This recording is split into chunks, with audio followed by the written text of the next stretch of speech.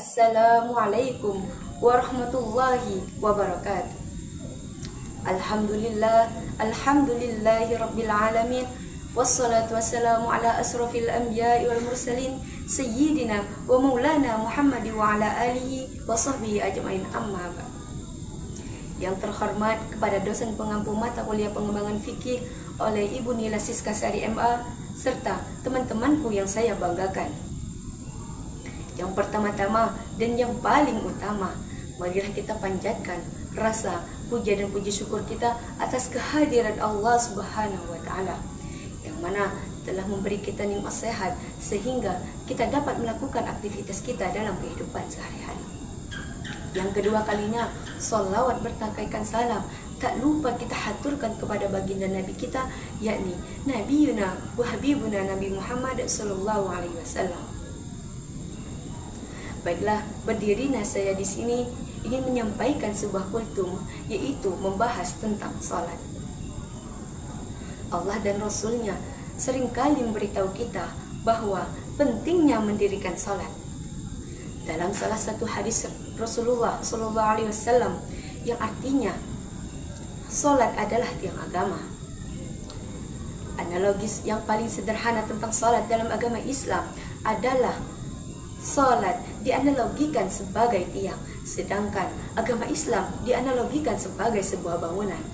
Jadi apabila tiangnya roboh, maka bangunannya juga ikut roboh karena tidak ada penyangganya. Sebagaimana dalam Al-Quran surah Al-Baqarah ayat 43 yang berbunyi, A'udzubillahi minasyaitonirrajim, Bismillahirrahmanirrahim, wa aqimus salata wa atuz zakata warka'u ma'ar raki'in. Artinya, dan dirikanlah salat, tunaikanlah zakat, dan rukuklah bersama orang-orang yang rukuk. Quran surah Al-Baqarah ayat 43.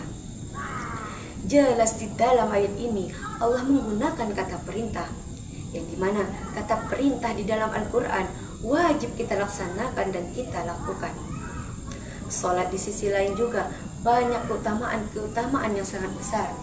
Dalam salah satu hadis riwayat Rasulullah SAW bersabda, yang artinya seandainya mereka tahu pahala salat asar dan subuh, maka niscaya mereka akan mendatanginya meskipun dengan merampak.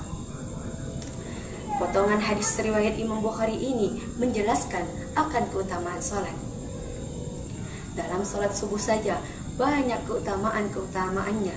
Salah satunya yaitu mendapatkan kesaksian dari malaikat subuh. Begitu juga dengan salat-salat wajib lainnya, Allah menawarkan banyak pahala kepada kita. Hadirin yang dirahmati oleh Allah, salat dalam aplikasinya bukan hanya sekedar kewajiban yang harus kita tunaikan, tetapi juga lebih dari itu. Salat merupakan bukti iman kita terhadap Allah Subhanahu wa Ta'ala. Zaman sekarang, seberapa banyak manusia yang meninggalkan salat, tetapi tidak ada rasa sesal di dalam hatinya. Dan juga seberapa banyak anak muda zaman sekarang yang meninggalkan salat hanya karena mereka menonton bola semalaman. Dan juga seberapa banyak pekerja yang meninggalkan salat hanya demi pekerjaannya. Pertanyaan-pertanyaan inilah yang semestinya kita jawab dengan membuktikan bahwa kita tidak seperti itu. Dalam salah satu hadis sahih yang diriwayatkan, yang artinya yaitu yang membedakan antara kita orang mukmin dan orang kafir adalah salatnya. Sebagaimana dalam Al-Quran surah Al-Ma'un ayat 4 dan 5, yaitu tentang orang yang lalai terhadap salatnya. Ayat itu berbunyi, Bismillahirrahmanirrahim, Wailul lil musallin alladzina hum an salatihim sahun. Artinya, maka celakalah orang-orang yang salat, yaitu orang-orang yang lalai terhadap salatnya. Quran surah Al-Ma'un ayat 4 dan 5. Allah Subhanahu wa Ta'ala mensifati orang-orang yang lalai terhadap salatnya dengan kata celaka, yang dimana kata celaka ini biasanya Allah mensifati dengan orang-orang kafir dan munafik. Jadi dengan kata lain, orang-orang yang lalai terhadap salatnya sama disejajarkan dengan orang kafir dan munafik.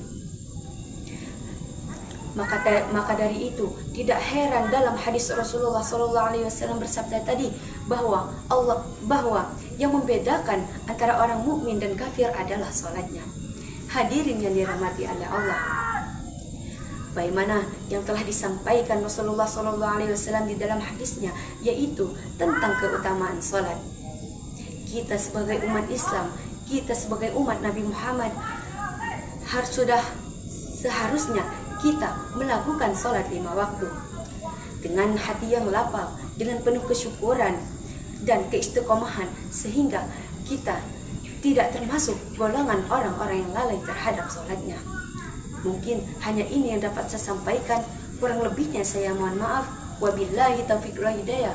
Wassalamualaikum warahmatullahi wabarakatuh.